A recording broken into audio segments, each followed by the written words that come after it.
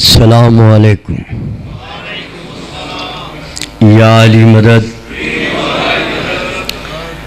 اعوذ باللہ من الشیطان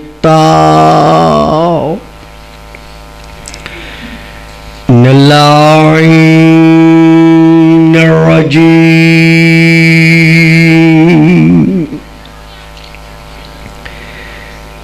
بسم اللہ الرحمن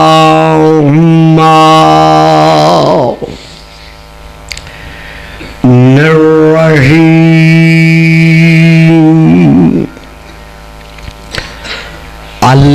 الحمد للہ رب الخلائق والبریات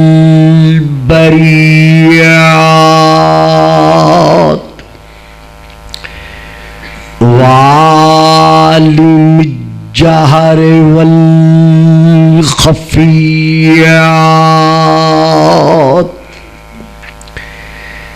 وبیدہ ملکوت الارض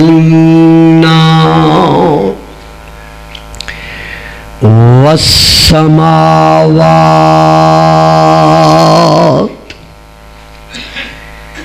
والصلاة والسلام على النبي الأمي القرشي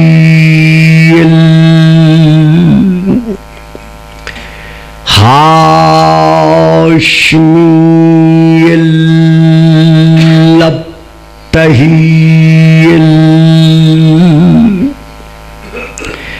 المكي المدني المبعوث على العرب والعجم بالقاسم محمد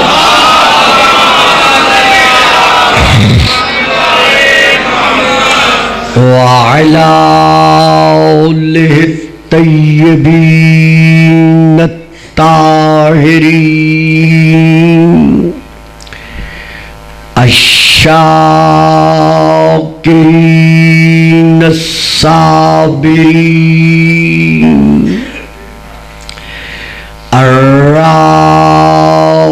الراشدين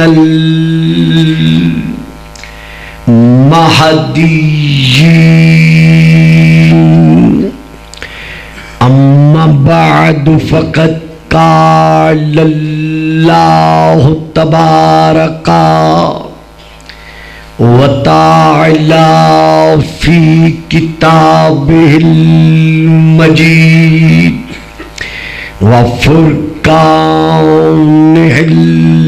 الحميد قوله الحق ولا حبة في ظلمات الأرض ولا رطب ولا يابس إلا في كتاب مبين صلاة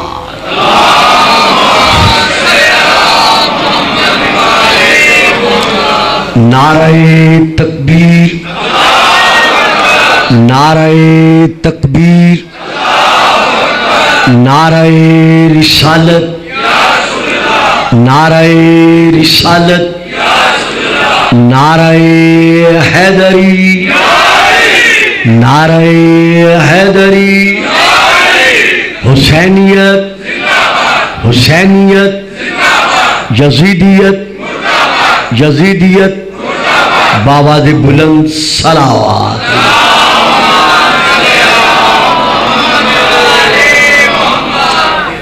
اخوت اسلامیہ کے پیش نظر میرے صاحبان اسلام و ایمان، اہل شیعہ و غیر شیعہ، تمام تر محترم مکرم بزرگوں اور بھائیوں، میں نے آپ کے سامنے اس وقت سورہ نمبر 6 کی، سورہ الانعام کی آیت نمبر 59 کی 59 کی تلاوت کا شرف حاصل کیا ہے۔ صاحبان علم اس آیت میں اس علیم ذات نے اس حقیقت کو واضح فرمایا ہے کہ میرا یہ کلام جو میرے حبیب کی زبان سے تمہارے صفات ذہن پر نقش کیا جا رہا ہے، اس کا مقام علم کیا ہے؟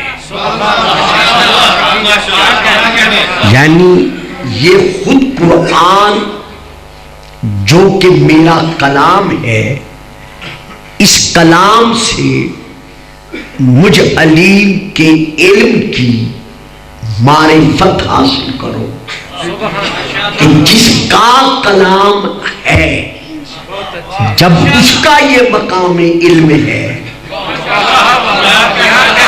تو جس کا ہے،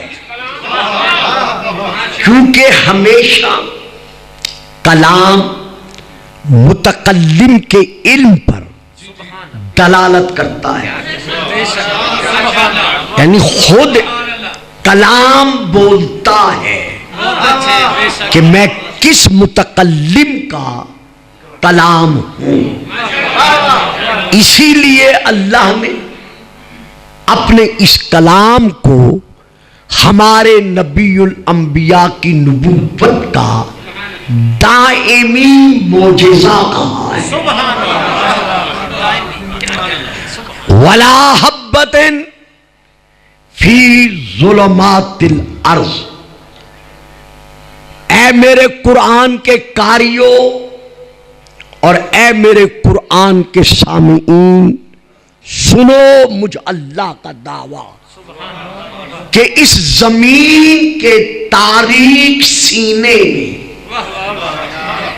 اس زمین کی ظلمت بھری گہرائیوں میں کوئی ایک دانہ بھی ایسا نہیں ہے اور کوئی خشک اور تر ایسی شے نہیں ہے مگر اس کا ذکر اس قرآن کے دامن میں موجود ہے۔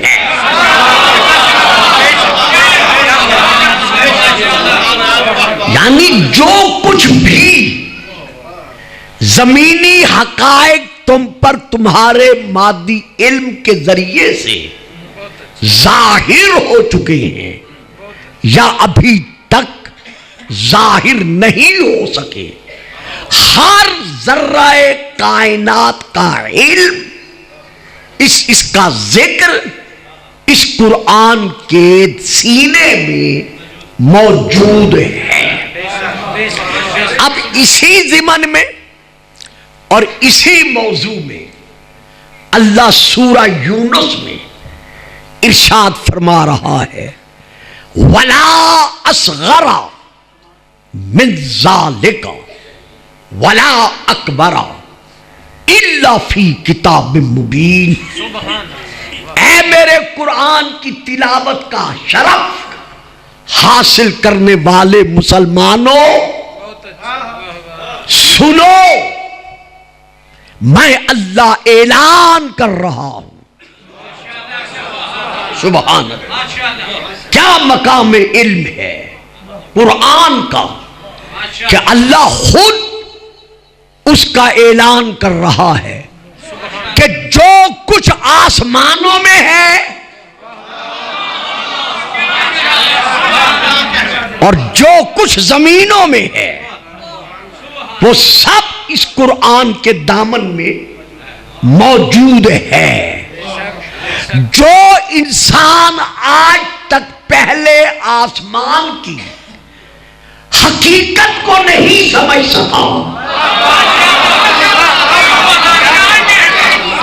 اسے کیا معلوم کہ مقام علم قرآن کیا ہے؟ اب میں آپ کے سامنے پھر آیت پڑھ رہا ہوں، سورہ النحل کی۔ اللہ ارشاد فرما رہا ہے وَنَزَّلْنَا عَلَيْكَ الْكِتَابَ تِبْيَانًا لِكُلِّ شَيْءٍ۔ میرے حبیب، جو قرآن ہم نے تجھ پر نازل کیا ہے، جو کتاب ہم نے تجھ پر نازل فرمائی ہے، وَنَزَّلْنَا عَلَيْكَ الْكِتَابَ تِبْيَانًا لِكُلِّ شَيْءٍ۔ میں خالق الشیء اعلان کر رہا ہوں کہ میں نے اس کتاب میں ایک ایک شے کو کھول کھول کر بیان کر دیا۔ بچوں سمجھ رہے ہو؟ یعنی یہ ہے مقام علم قرآن کہ ایک ایک شے کو کھول کھول کر واضح طور پر میں نے اس قرآن میں بیان کر دیا ہے۔ اب میں پھر آپ کے سامنے آیت پڑھ رہا ہوں سورہ الانعام کی، اس میں اللہ پھر ارشاد فرما رہا ہے ما فرطنا فی الکتاب من شیء۔ اے میرے قرآن کو پڑھنے والا شک نہ کرنا میرے دعوے پر، کیونکہ اس قرآن کے لیے میں نے شروع میں کہہ دیا ہے کہ ذالک الکتاب لا ریب فیہ۔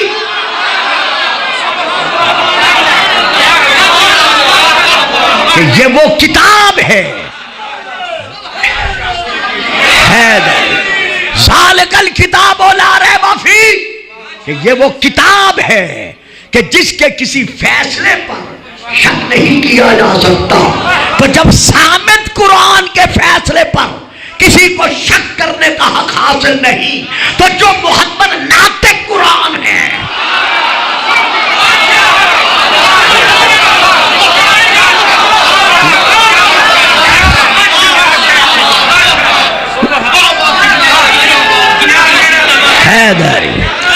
ما فرطنا فی الکتاب، ہر شے کو کھول کھول کر واضح طور پر ہم نے اس قرآن کے دامن میں بیان کر دیا ہے۔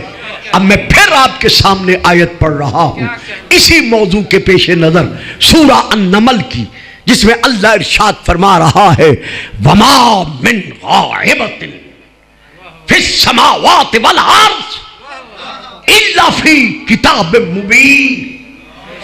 اے سینے، اے دھرتی کے سینے پہ رہنے والا حضرت انسان، صرف اپنے اس عالم کو نہ دیکھ،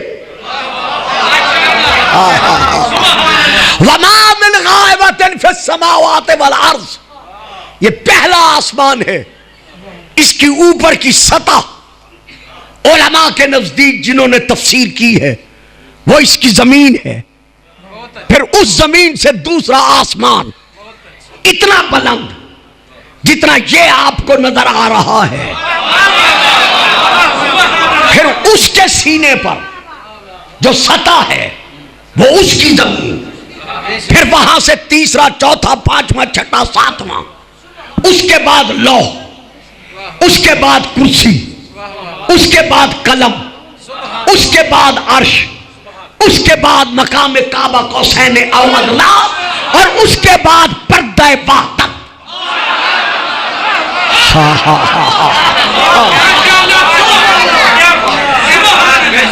تو جتنا آسمانوں میں غائب ہے اس کا علم بھی، اور جتنا زمین کے خزانوں میں غائب ہے، زمین کے سینوں میں غائب ہے، اس کا علم بھی اس قرآن کے دامن میں موجود ہے۔ اب میں یہاں تشریح سے پہلے ایک فکرہ دینا چاہتا ہوں جو صاحبان علم سے بڑی توجہ چاہوں گا کہ جب قرآن علوم غیبیہ کا خزانہ ہے تو جو قرآن کا وارث ہے وہ عالم الغیب کیسے نہیں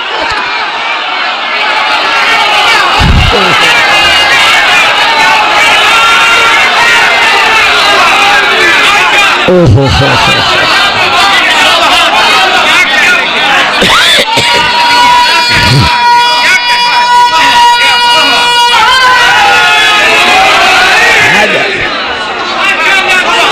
جو عزیز، جو بچے، جو بزرگ خاموش رہ گئے ہیں، میں ترجمہ پھر کیے دیتا ہوں۔ یہ آیت سورہ النمل کی ہے۔ گھر میں جا کر جس مترجم کا ترجمہ موجود ہے آپ اٹھا لیں، خود پڑھ لیں۔ وَمَا مِنْ غَائِبَةٍ فِي السَّمَاوَاتِ وَالْأَرْضِ، آسمانوں میں اور زمینوں میں کوئی غیب ایسا نہیں الا فی کتاب مبین، مگر اس کا ذکر اس روشن کتاب میں، واضح کتاب میں موجود ہے۔ تو اب یہ کتاب کیا ہے؟ وراثت۔ ہمارا رسول کیا ہے؟ وارث۔ دیکھا، آپ چپ کر گئے نا، سائڈوں پہ بیٹھ جاتے ہیں، سامنے نہیں بیٹھتے۔ یہ قرآن، یہ کتاب کیا ہے؟ وراثت۔ ہمارا رسول کیا ہے؟ ثم اورثنا الکتاب الذین اصطفینا من عبادنا، پھر ہم نے اپنے بندوں میں سے جن کو چن لیا ہے ان کو ہم نے اس کتاب کا وارث بنا دیا ہے۔ تو جو اللہ کا چنا ہوا ہے، یا مصطفیٰ ہے، یا مجتبیٰ ہے، یا مرتضیٰ ہے،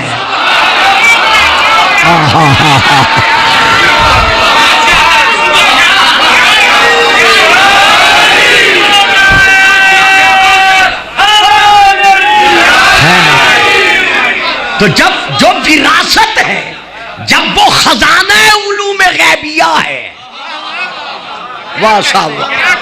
تو جو خود وارث ہیں ان کے مقام علم غیبیہ کا انکار کیسے کیا جا سکتا ہے؟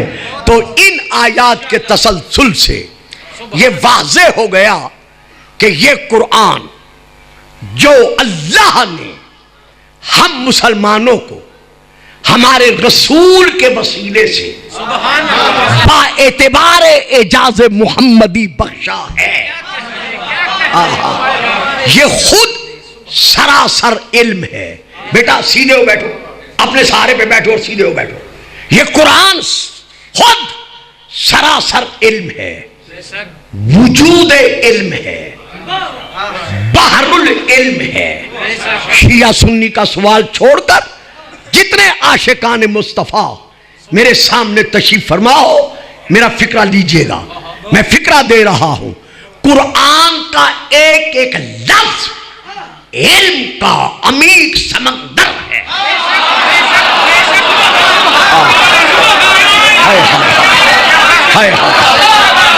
بابا جی بات سمجھ میں نہیں آئی، میں کیا کر سکتا ہوں، اس سے زیادہ آسان کر نہیں سکتا۔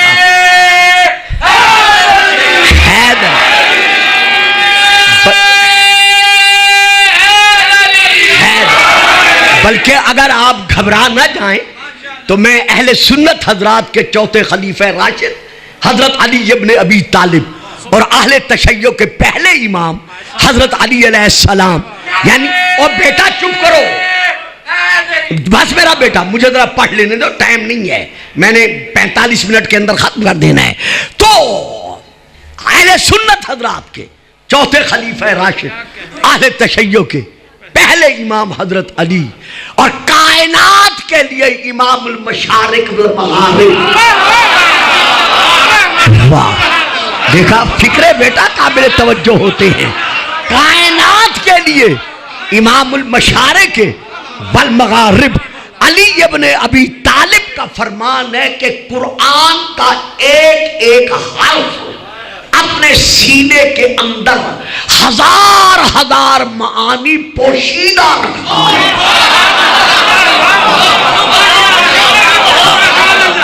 اچھا جی، جو چپ کر گئے ہیں وہ کوئی بات نہیں، میرا اپنا فریضہ ہے، میں ادا کر رہا ہوں۔ نہج البلاغہ میں خطبہ نمبر ہے 86 حضرت علی علیہ السلام کا، اس میں حضرت علی علیہ السلام نے قرآن کے اوصاف بیان کیے۔ ویسے کئی خطبات ہیں نہج البلاغہ میں، جن کے گھروں میں ہے وہ جا کر دیکھیں۔ انہی خطبات میں سے ایک خطبہ یہ ہے، آپ فرما رہے ہیں ثم انزل علیہ الکتاب نورا لا تطفأ مصابیح وسراجا لا یخبو توقدہ وبحرا لا یدرک قعرہ ومنہاجا لا یضل نہجہ وشواعا لا یظلم ضاؤہ وفرقانا لا یحمد برہانہ وتبیانا لا تہدم ارکانہ وشفاء لا تخشى اسقامہ وہو ینابیع العلم۔ حضرت علی فرماتے ہیں ثم انزل علیہ الکتاب نورا، پھر اللہ نے رسول پر اس کتاب کو نازل کیا جو نور ہے۔ واہ صاحب، جو بول سکتے ہو وہ بولو۔ یہ حضرت علی فرما رہے ہیں کہ پھر اللہ نے رسول پر اس کتاب کو نازل کیا جو ایک نور ہے۔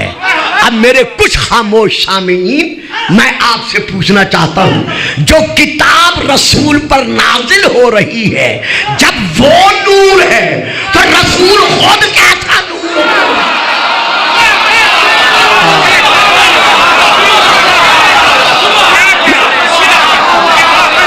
واہ جی واہ۔ اور یہ قرآن ایسا نور ہے لا تطفأ مصابیح، کہ جس کے چراغ کبھی بجھائے نہیں جا سکتے۔ یہ قرآن ایک ایسا نور ہے کہ جس کے چراغ کبھی بجھائے نہیں جا سکتے۔ اور یہ قرآن علم کا، بھائی اللہ کرے میں دے سکوں، آپ تو بول رہے ہیں، یہ سارے بول رہے ہیں، جو چپ بیٹھے ہیں وہ بھی بول رہے ہیں بیچارے، بہرحال اللہ کرے میں صحیح ترجمہ دے سکوں۔ وَبَحْرًا لَا يُدْرَكُ قَعْرُهُ، اور یہ قرآن علم کا وہ سمندر ہے کہ کوئی غواص، غوطہ زن، غوطہ خور اس کی گہرائی کو پا ہی نہیں سکتا۔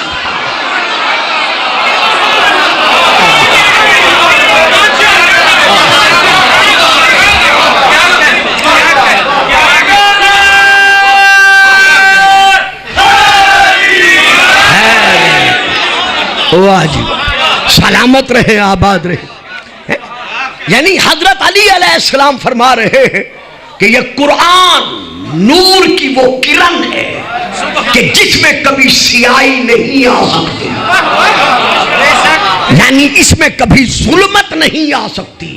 اور یہ راستہ دکھانے والا وہ رہبر ہے، وہ ہادی ہے، وہ پیشوا ہے کہ جس سے ہدایت طلب کرنے والا کبھی گمراہ نہیں ہو سکتا۔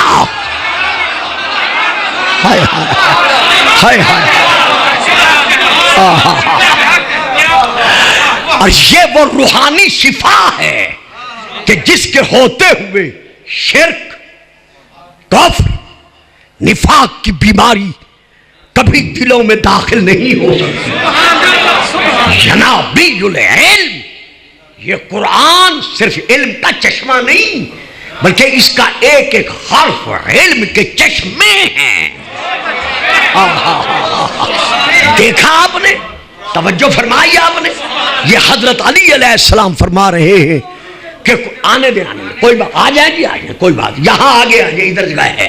یہ قرآن وجود علم ہے، سراپا علم ہے، سراسر علم ہے۔ اب اس علم کو لے کہاں سے؟ یہی تو بات تھی جس پہ آپ چپ کر گئے۔ قرآن خود سراپا علم ہے، تو اب اس علم کو کہاں سے لیں؟ اگر آپ فرمائیں گلفام صاحب جب قرآن سمندر علم ہے تو پھر کسی سے لینے کی کیا ضرورت ہے؟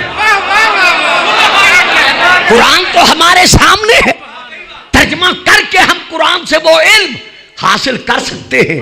میرے عزیز بیٹوں، میرے واجب الاحترام بزرگوں، قرآن نور ہے، بول دے بھی، قرآن کیسا نور ہے بھائی؟ ہے نا نور؟ یہ قرآن نور ہے، یہ سامنے قرآن ہے، یہ آنکھیں بند ہیں، پڑھو قرآن.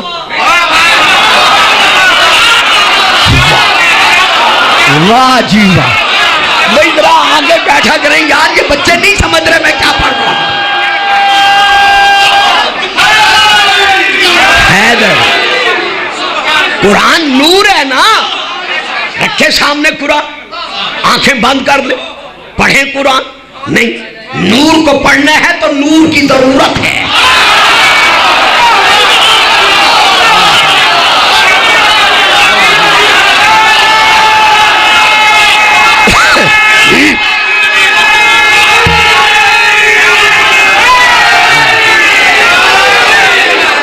واہ جی واہ، سلامت رہے.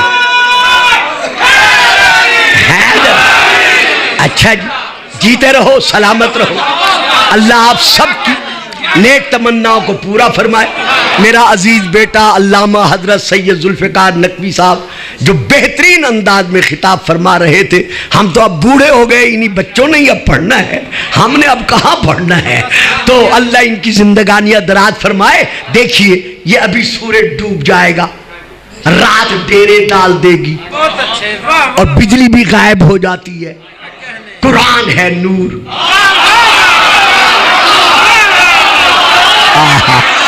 واہ جی واہ، قرآن ہے نور. اب قبلہ صاحب نے، مولانا صاحب نے، بیٹا جلدی جلدی آ جاؤ، شاباش ادھر سامنے آ جاؤ، ہے جگہ سامنے ہے، آ جاؤ. جس نے آنا ہے آگے آ جائے، کوئی بات نہیں، کوئی بات نہیں. موضوع ایسا ہے، سب نے لینا ہے اور سب تسلی سے اسے لے جب تک چل سکے گا.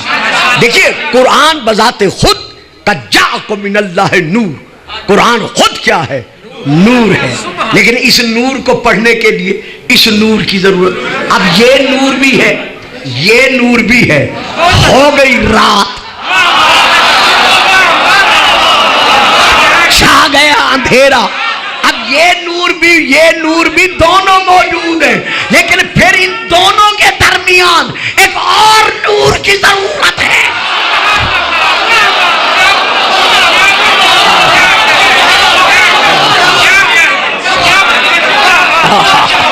جو اس نور کو دکھانے والا ہوگا، اللہ نازل کرنے والا ہے، خالق النور. قرآن کا ایک ایک حرف نور. لیکن نور کے بغیر جب پڑھ نہیں سکتے تو گھرانے نور کے بغیر سمجھ کیسے سکتے ہیں؟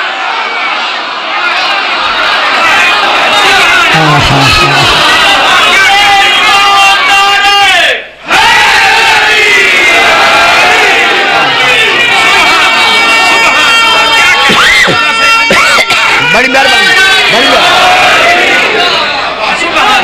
اسی لیے اللہ کو فرمانا پڑا. اب کیا کروں بھئی، یہ بیچارے بلاتے بھی بڑے شوق سے ہیں. ہر سال نصیر شاہ سے کہتا ہوں یار یہاں بس کر دیں، لیکن ان کا خلوص اتنا ہوتا ہے کہ وہ مجھے کھینچ تان کے لے آتا اور ٹائم بھی نہیں بچاتے. اب بتاؤ میرے بچوں میں کیا پڑھوں، مجھے بلاتے بھی ہو ٹائم بھی نہیں دیتے. اللہ فرما رہا ہے فَاسْأَلُوا اہل الذکر ان کنتم لا تعلمون. فَاسْأَلُوا سیغہ امر ہے، فَاسْأَلُوا پس تم سوال کرو. یہ حکم ہے، کرو سوال. کن سے سوال کرو؟ اہل الذکر، ذکر کی اہل سے.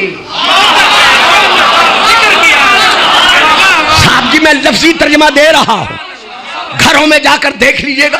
فَاسْأَلُوا پس تم سوال کرو. کن سے سوال کرو؟ اہل الذکر، ذکر کی اہل سے. معلوم ہوا ایک ذکر ہے، ایک ذکر کی اہل بیت ہے.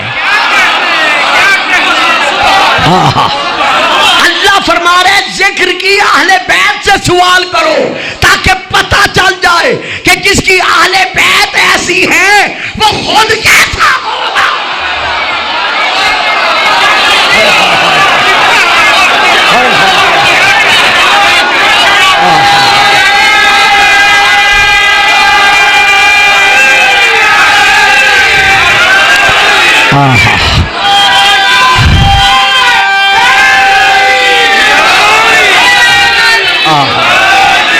لو صاحب جیتے رہیں جی، آپ سب سلامت رہیں. لو میں پھر اس پر توجہ چاہتا ہوں.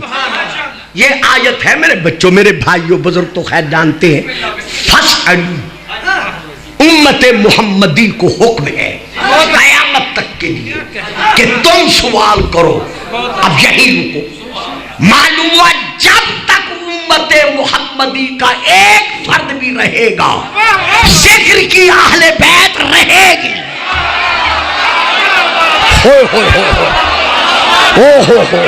بہت بڑی بات تھی، آپ چپ کر گئے، میں کیا کر سکتا. ہائے ہائے ہائے.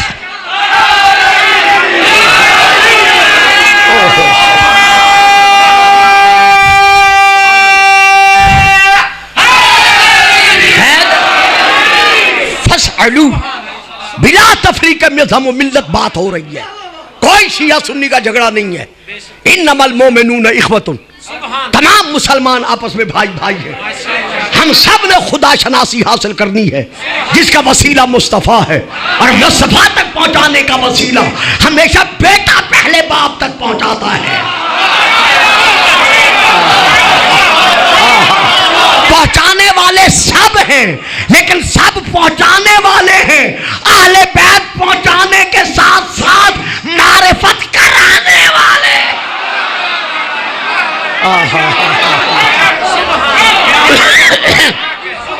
فسالو، تم سب سوال کرو اہل ذکر، ذکر کی اہل سے. لو میرے بچوں ٹائم نہیں ہے ورنہ پتہ نہیں آج موضوع کہاں تک چلتا. یہاں سب سے پہلے قرآن سے پوچھتے ہیں کہ ذکر کون ہے.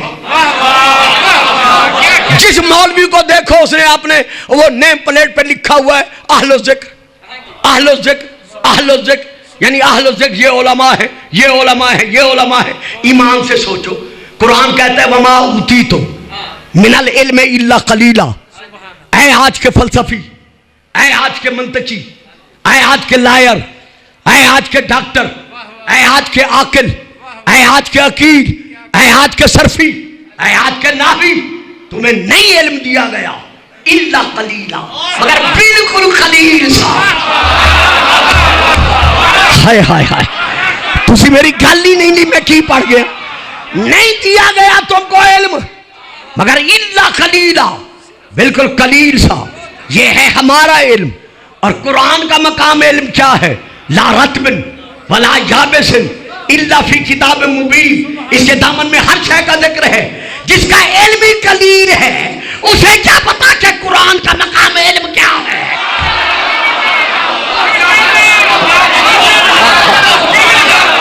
ہائے ہائے ہائے.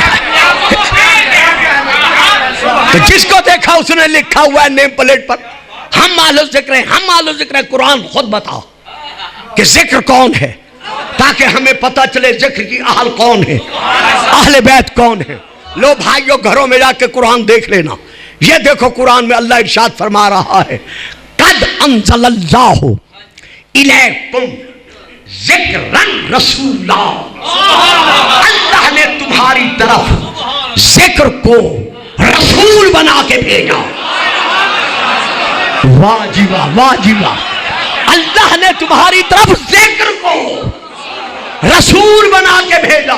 تو ہمارے رسول کا ایک نام کیا ہے؟ ذکر. اور پوچھنا کس سے ہے؟ ذکر کی اہل سے، یعنی رسول کی اہل بیت سے.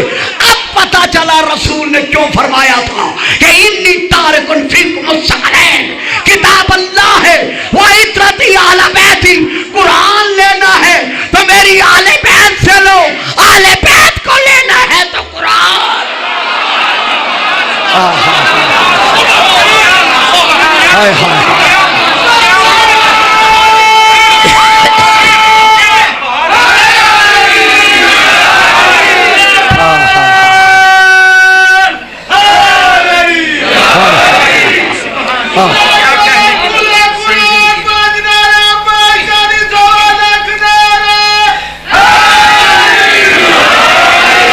یہ صرف ہمارے رسول کا دعویٰ ہے اور کسی کا دعویٰ نہیں. انا مدینۃ العلم. میں بڑی جلدی سے پڑھ گیا، آپ نے بھی سن لیا. حضرت آدم علیہ السلام سے لے کر حضرت عیسیٰ تک کسی نبی نے یہ دعویٰ نہیں کیا کہ میں علم کا شہر ہوں. واہ جی واہ، واہ جی واہ جو چپ بیٹھے ہو. یہ صرف ہمارے نبی کا دعویٰ ہے. انا مدینۃ العلم، میں علم کا شہر ہوں. یا رسول اللہ آپ تو شہر ہو گئے، کیا آپ تک پہنچے؟ فرمایا ہمیشہ پہنچا جاتا ہے دروازے کے ذریعے سے. وعلی بابھا.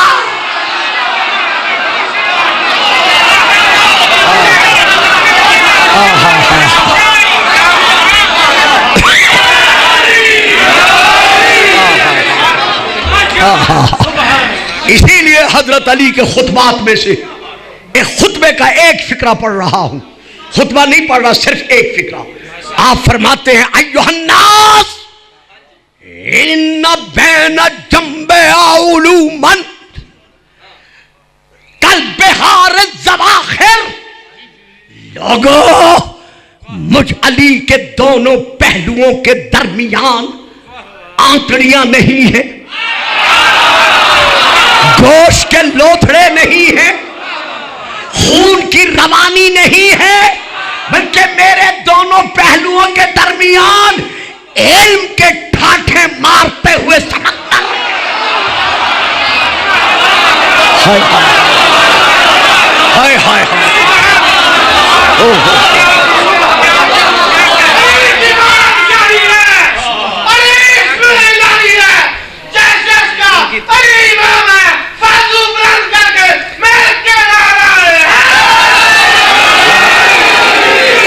جیتے رہو، سلامت رہے، آپ سب سلامت رہے. تو جو علی لعاب رسول چوس کے پلا ہے، جب اس کا مقام علم یہ ہے، تسی گل ہی نہیں سمجھی میں کی کہہ گے. یہ ابھی ربیع الاول آنے والا ہے، محافل میلاد شروع ہو جائیں گے. خبردار کبھی تصور نہ کرنا کہ رسول امی بمانا ان پڑھ ہے.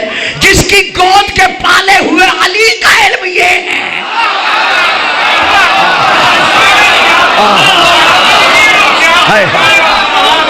اس نبی کا اپنا مقام علم کیا ہوگا. یعنی آپ اندازہ لگائیں. حضرت علی خطبے میں پھر ارشاد فرماتے ہیں اشارہ الی صدری. حضرت علی نے اپنے سینے کی طرف اشارہ کرتے ہوئے ارشاد فرمایا اشارہ الی صدری لو وجد لہ طالبا. افسوس کہ مجھے کوئی ایسا شخص نہیں مل رہا جو مجھ علی سے میرا علم لے سکتا.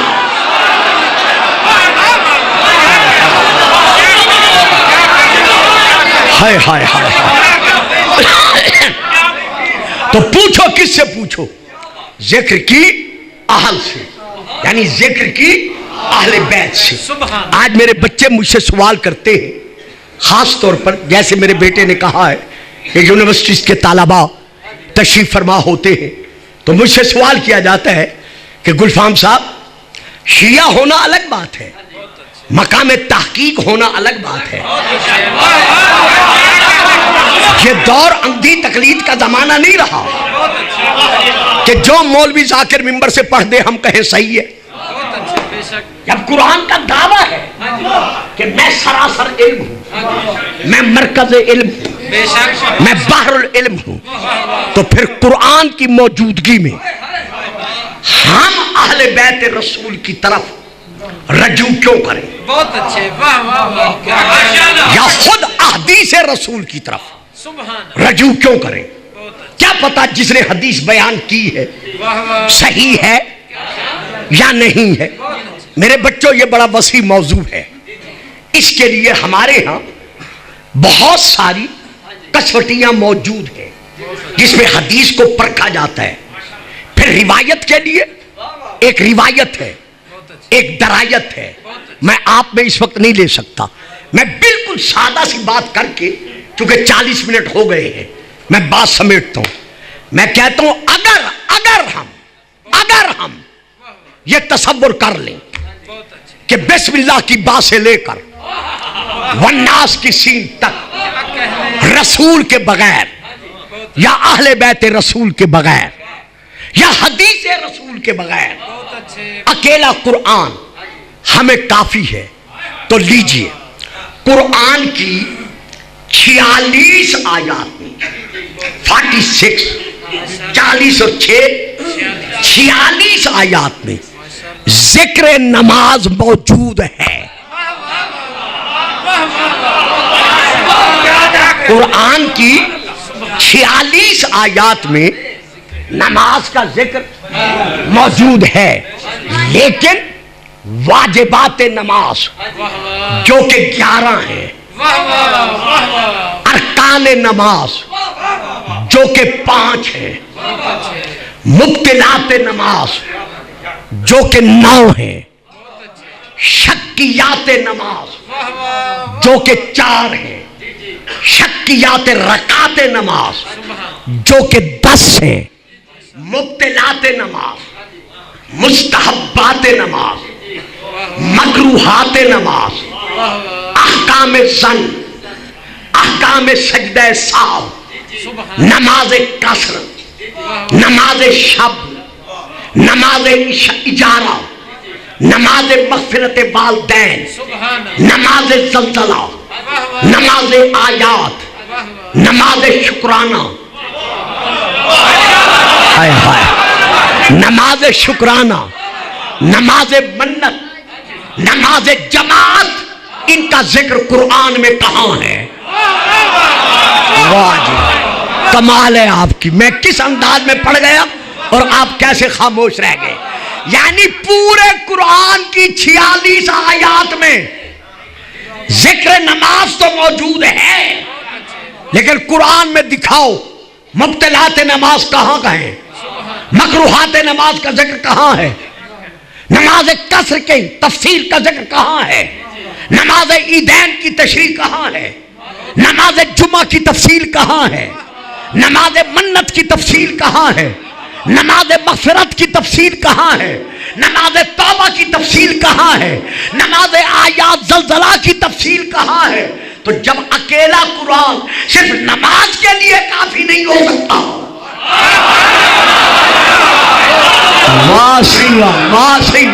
میں سوچ بھی نہیں سکتا تھا آپ اتنے خاموش ہیں. درود پڑھیے گا سارا آواز.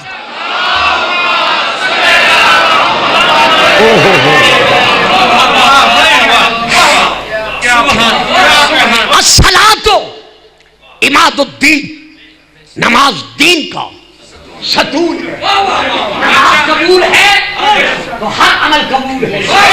اگر نماز رد ہے تو شیعہ فقہ کے مطابق ہر عمل رد ہے. تو جو نماز اتنی اہم ہے، بتاؤ اس نماز کی تفصیل، اس کی جزیات، رکعتوں کا ذکر. اگر بھول جاؤ تو آگے کیا کرنا ہے اس کا ذکر قرآن میں کہاں ہے؟ کیا سمجھ آ رہی ہے؟ جب نہیں ہے تو کہاں سے لیں؟ جب نہیں ہے تو پھر کہاں سے لیں؟ فَاسْأَلُوا أَهْلَ الذِّكْرِ. ذکر کی اہل بیت سے لو. اب میرے بچوں آنا پڑے گا حدیث کی طرف. جو جتنا حدیث کا منکر بنے، باقی مسائل کو میں نہیں لے رہا، میں نے 2-4 شاید لینے ہوتے لیکن اب نہیں لے سکتا، چونکہ میرے ماتمی بیٹوں نے ماتم کر کے اسے پائے تکمیل تک عبادت کو پہنچانا ہے. خدا ان ماتمیوں کی زندگی دراز کرے. یہ ہر موسم میں اپنی عبادت کو اس معراج پہ پہنچاتے ہیں کہ دیکھنے والوں کو پتہ چلتا ہے کہ حقیقت کیا ہے. تو یہاں پر تفصیل کہاں سے لے، تشریح کہاں سے لے؟ اب آنا پڑے گا. بیٹا جی ہوں تسی بولنا ذرا، گل اوکھی ہے، عام بچے نہیں بولن گے. بھائی جان بہت مشکل بات ہے. رسول فرما رہے ہیں صلو کما رأیتمونی اصلی، نماز ویسے پڑھو جیسے تم نے مجھے نماز پڑھتے ہوئے دیکھا.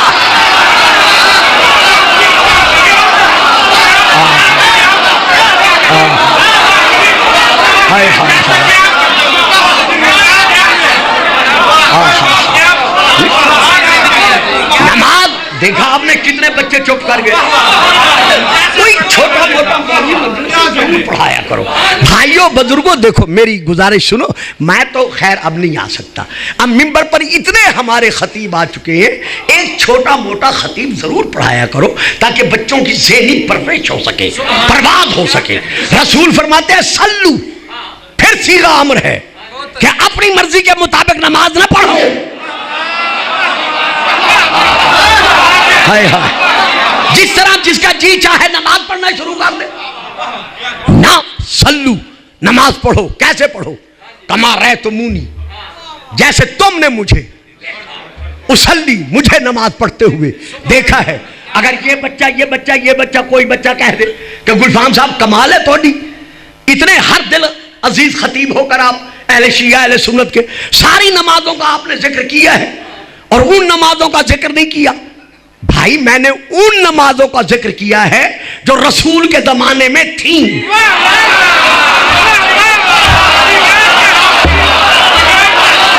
ہائے ہائے,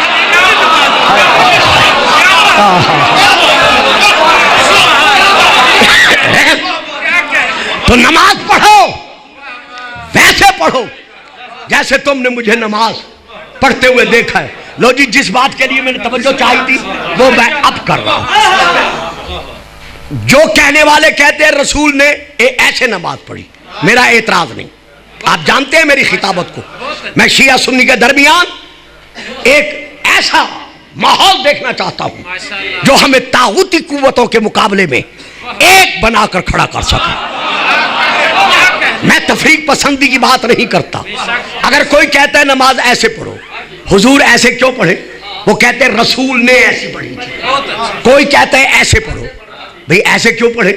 جی آپ کو پتہ نہیں رسول نے ایسی پڑھی تھی.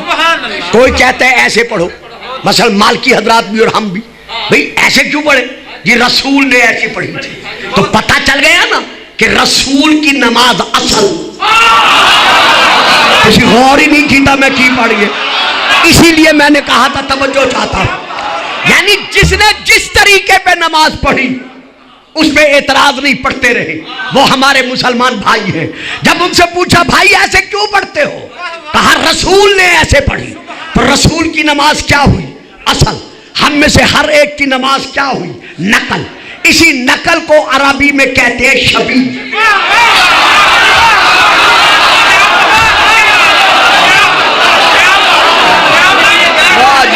اور یار کسی بھی بول بولو گے,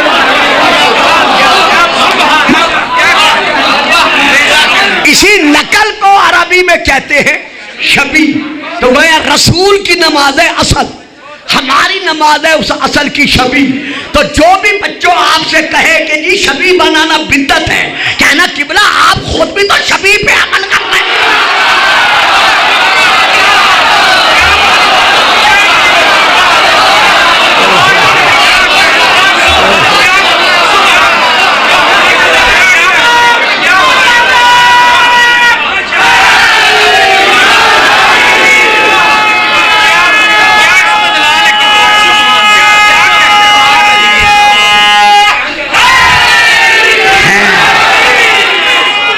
اگر ہاتھ کھول کے پڑھیں تو آپ کہیں گے یہ ہے رسول کی شبیہ. کسی اور شکل میں پڑھیں آپ کہیں گے یہ ہے رسول کی شبیہ. تو کوئی لڑائی نہیں, کوئی جھگڑا نہیں, کوئی فساد نہیں, کوئی کافر نہیں, کوئی بدعتی نہیں. ہم سب ایک ہیں. البتہ ایک بات کو سوچنا پڑے گا, ہیں ہم سب ایک. جس کی اصل بدعت نہیں ہے, اچھا فکرہ پلٹ تو جڑے چپ کر گئے ہو, جس کی اصلی عبادت ہے اس کی نقل عبادت, جس کی اصل بدعت اس کی شبیہ بھی بدعت.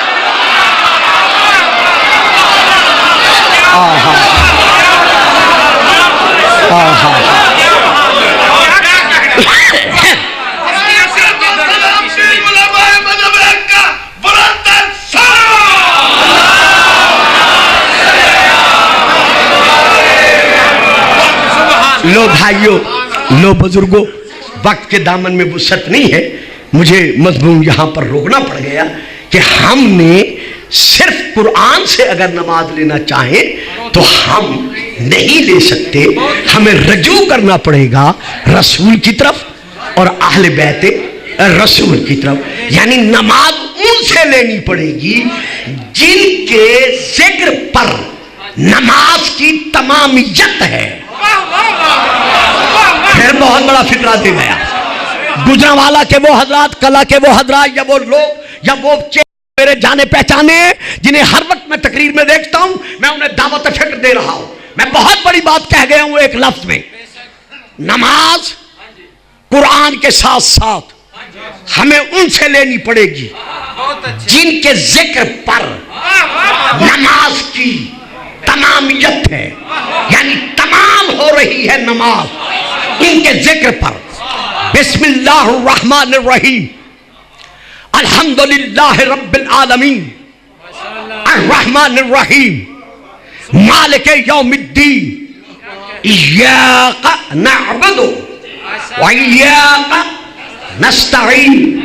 آگے کیا ہے؟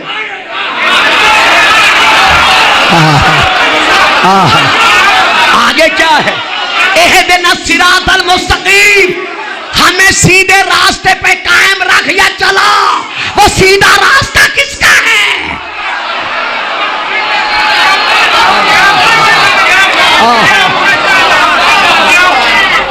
اگر کوئی روک سکتا ہے تو روک دے. ایاک نعبد و ایاک نستعین پر روک دے سورہ حمد کو. جب سورہ حمد بھی مکمل نہیں ہوگا تو نماز کی تکمیل کا آغاز کہاں سے ہوگا؟ تو آگے کیا پڑھنا پڑتا ہے؟ اہدنا الصراط المستقیم، ہمیں سیدھے راستے پہ قائم رکھ یا چلا. وہ سیدھا راستہ کیا ہے؟ صراط الذین، ان کا راستہ، ان کا راستہ. تو یہ ان کون ہے؟ صراط الذین، ان کا راستہ. یہ ان کون ہے؟ انعمت علیہم، جن پر تو نے انعام نازل کیا. یہ ہم کون ہے؟ غیر المغضوب، جن پر تیرا کبھی غضب نازل نہیں ہوا. یہ کون ہے؟ ولا الضالین، جو کبھی گمراہ نہیں ہوئے. تو یہ کون ہے؟ جن سے نہ کبھی گناہ صغیرہ ہوا نہ کبھی گناہ کبیرہ ہوا. یہ قلبی معصوم تھے. رسول کو کتنی مسرت ہوئی ہوگی کہ جو بے اولاد ہونے کا تانا دیتے تھے، آج رسول اعلان کر رہا ہے، لوگوں میرے اللہ نے مجھ سے وعدہ کیا تھا، اِنَّا أَعْطَيْنَكَ الْكَوْثَرَ، کہ میں نے تجھے کثیر اولاد کا باپ بنا دیا. دیکھ لو آج مجھے حسن ملا ہے، حسن کے بعد اس کے وعدے کے مطابق مجھے حسین ملے گا. قیامت تک ان کی اولاد میری اولاد کہلوائے گی، کیونکہ اللہ نے یہ مجھے بیٹے بنا کے بخشے. حسن کی پہلی غذا کیا بنا؟ تاریخ سے ثابت ہے، لعاب رسالت. رسول نے زبان چسائی. جس حسن کے دنیا میں آتے ہی لب مس ہوئے تھے رسول کے لبوں کے ساتھ، رسول کی زبان کے ساتھ، جس کے لیے رسول فرماتے رہے یہ میرے آنکھوں کی ٹھنڈک ہے، یہ میرے دل کا میوہ ہے. اسی حسن کے لب سن 50 ہجری 26 صفر، یہی آج کا دن 50 ہجری، اسی حسن کے لب مس ہو رہے ہیں زہر کے پیالے کے ساتھ. واہ بھائی واہ، جیتے رہو سلامت رہو. یہ جو آج کا دن گزار رہے ہو، ابھی سورج ڈھلنے والا ہے، خط غروب ہونے والا ہے، رات چھانے والی ہے. آج کے دن سن 50 ہجری میں حضرت امام حسن علیہ السلام زیادہ سے زیادہ ظاہری طور پر 47 برس کے تھے، فقط 47 سال. روزے کے عالم میں نماز عشاء کی تاکیبات سے فارغ ہو کر گھر واپس پلٹے، کیونکہ زیادہ کے حجرے میں سونا امام نے بند کر دیا تھا. حضرت علی کی شہادت کے بعد، آج وقت نہیں ہے، 5 مرتبہ شہزادے کو زہر ملا ہے. ایک مرتبہ باقاعدہ زہر میں بجھی ہوئی تلوار جب آپ موصل سے مدائن جا رہے تھے آپ کے ران پر ماری گئی, گوشت پھٹ گیا, استخوان تک زہر کا اثر پہنچا. امام کا رخ پھر گیا مدینے کی طرف. کہا نانا جسے گودی میں بٹھا کے پالا تھا, دیکھو کس طرح ظلم کا نشانہ بنایا جا رہا. آج کا دن روزے کے عالم میں نانا کے مزار سے نماز تعقیبات عشاء سے فارغ ہو کر بی بی ام فروہ کے حجرے میں آئے. اب یہاں دو تاریخیں ہیں جو میرے نزدیک مستند ہے, وہ یہی ہے کہ روزہ کھولنے کے لیے امام نے سرائی سے پانی جیسے برتن میں ڈالا, ظرف میں ڈالا, چونکہ زیادہ غیر موجودگی میں آ کر زہر ملا چکی تھی, لبوں کے ساتھ پیالہ لگا, دو گھونٹ حلق سے ابھی نیچے ہی اترے تھے کہ آواز دے کر کہا ام فروہ میرے حسین کو بلا. واہ بھائی واہ, میری بہنوں کو آواز دے, میرے بھائیوں کو بتا کہ مجھے زہر مل گیا ہے. جو تاریخ میں ہے وہ یہ ہے کہ امام نے چاہا کہ میں بستر سے اٹھوں, کھڑا ہو سکوں. جتنی مرتبہ کھڑا ہونا چاہا, زہر اتنا سخت تھا کہ بطول کا بیٹا کھڑا نہ ہو سکا. آخر عصا کے سہارے امام کھڑے ہوئے. بس کھڑے ہوئے یا امام کو کہہ آئی. کہہ کا آنا تھا کہ جگر کا خون کہہ کے ذریعے سے جب باہر گرا تو سامنے سے حسین نے دیکھا امامہ اترا ہوا ہے, پاؤں میں نالین نہیں ہے. تڑپ کر آگے بڑے بھائی کو اپنی بازوؤں میں لیا, لے کر حسن کا سر حسین نے یوں اپنے سینے سے لگایا, آرام سے بیٹھے, دونوں ہاتھ بھائی کی پیشانی پہ رکھے. میں کہتا ہوں مولا حسن آپ کو بڑا سکون ملا ہوگا جب جوان بھائی نے آپ کا سر اپنے سینے سے لگایا ہوگا. مولا حسین نے تو آپ کا سر اپنے سینے سے لگا لیا, لیکن ہائے کربلا, حسین کا سر سینے سے لگانا تو گزار رہ گیا. شبر نے بالوں میں ہاتھ ڈال کر حسن کو سنبھالا. تاریخ کہتی ہے آگے تشت یعنی لگن رکھا گیا جس میں زہر کے اثر سے جو کلیجہ کٹ رہا تھا خون کے ذریعے باہر آنے لگا. حسین روئے, آنسو بھائی کے رخساروں پر پڑے. امام حسن نے آنکھیں کھولی, حسین کیوں رو رہے ہو؟ تڑپ کر کہا آپ جیسا امام بھائی بچھڑ رہا ہو اور میں نہ رو. حسن دیکھ کر کہتے حسین آنسو روک لے, میرا یوم الغم تیرے یوم الغم کی نسبت بہت آسان ہے. میں آنکھیں کھول کر دیکھ رہا ہوں, مجھے میرا کوئی قاتل سامنے نظر نہیں آ رہا. کہیں بھائی نظر آ رہے ہیں, کہیں بہنیں دکھائی دے رہے ہیں, کہیں بیٹیاں نظر آ رہی ہیں, سب میرے غم میں رو رہے ہیں.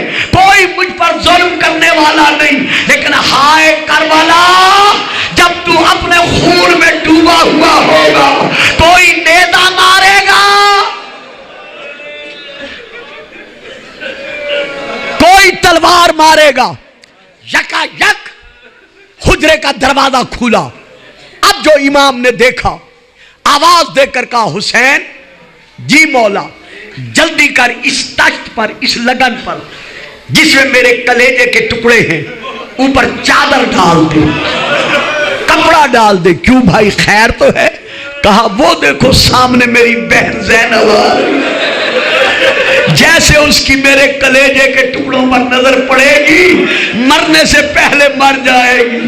میں ہاتھ باندھ کے کہتا ہوں مولا مدینے میں تو اتنا گوارا نہ ہوا کہ آپ کی بہن آپ کے کلیجے کے ٹکڑے دیکھے، لیکن کربلا میں بندے ہاتھوں کھلے سر جب حسین کے لاشے پر آئی تو آواز دے کر کہا سجاد میرا حسین کہاں ہے؟ ساری اولاد، سارے پرداداد، سارے بھائی امام کے گرد گرد جمع ہوئے۔ 7 شہزادیاں تھیں، 8 بیٹے تھے، امام حسن کے 8 فرزند تھے، جن میں سے 3 کربلا میں شہید ہوئے، 2 سے امام کی نسل آگے بڑھی، باقی بغیر اولاد کے رہے۔ 7 شہزادیاں تھیں، جن میں سے 2 شہزادیاں وہ بھی تھی، مجھے معاف کر دینا، جو شام غریبہ جب خیمے جل گئے اور بیویاں بچیوں کو تلاش کرنے کے لیے نکلی تو دیکھا 2 شہزادیاں ایک دوسرے کے گلے میں بازو ڈال کر خاک پر رخسار رکھ کے سوئی ہوئی ہیں۔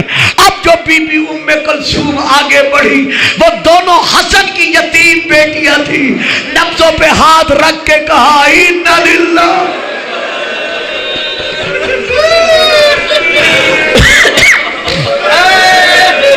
سب کے لیے وصیت کی۔ وصیت کے بعد آنکھیں بند ہوئی، غسل شہادت دیا گیا، جو لباس جسم پر تھا رہا، جنت سے آیا ہوا کفن کافور رکھ کر تابوت تیار ہوا، بس آخری 2 کلمات، تابوت لے کر چلے۔ کہاں لے آئے بنی ہاشم؟ جہاں لانے کا حق تھا۔ بس ایک مجھے جواب دے دو، اس علاقے میں یا آپ کے پورے علاقے میں کوئی سردار، کوئی رئیس، کوئی بڑا آدمی مر جائے، جب اس کا جنازہ اٹھتا ہے تو علاقے کے لوگ کیا کرتے ہیں؟ کوئی چادریں ڈالتا ہے، کوئی پھول برساتا ہے، کوئی پھولوں کی چادریں ڈالتا ہے۔ یہ بھی تو کائنات کے سردار کا سردار بیٹا تھا۔ ادھر تابوت اٹھا اور ادھر مسلمانوں نے کیا سلوک کیا؟ 70 تیر غریب سید کے تابوت پر برسے، 7 تیر کفن سے گزر کر جسم میں پیوست ہو گئے۔ حسین نے آواز دے کر کہا عباس تابوت واپس لے چلو۔ جب کہا واپس لے چلو، غازی کا رخ پھر گیا نجف کی طرف، آواز دے کر کہا بابا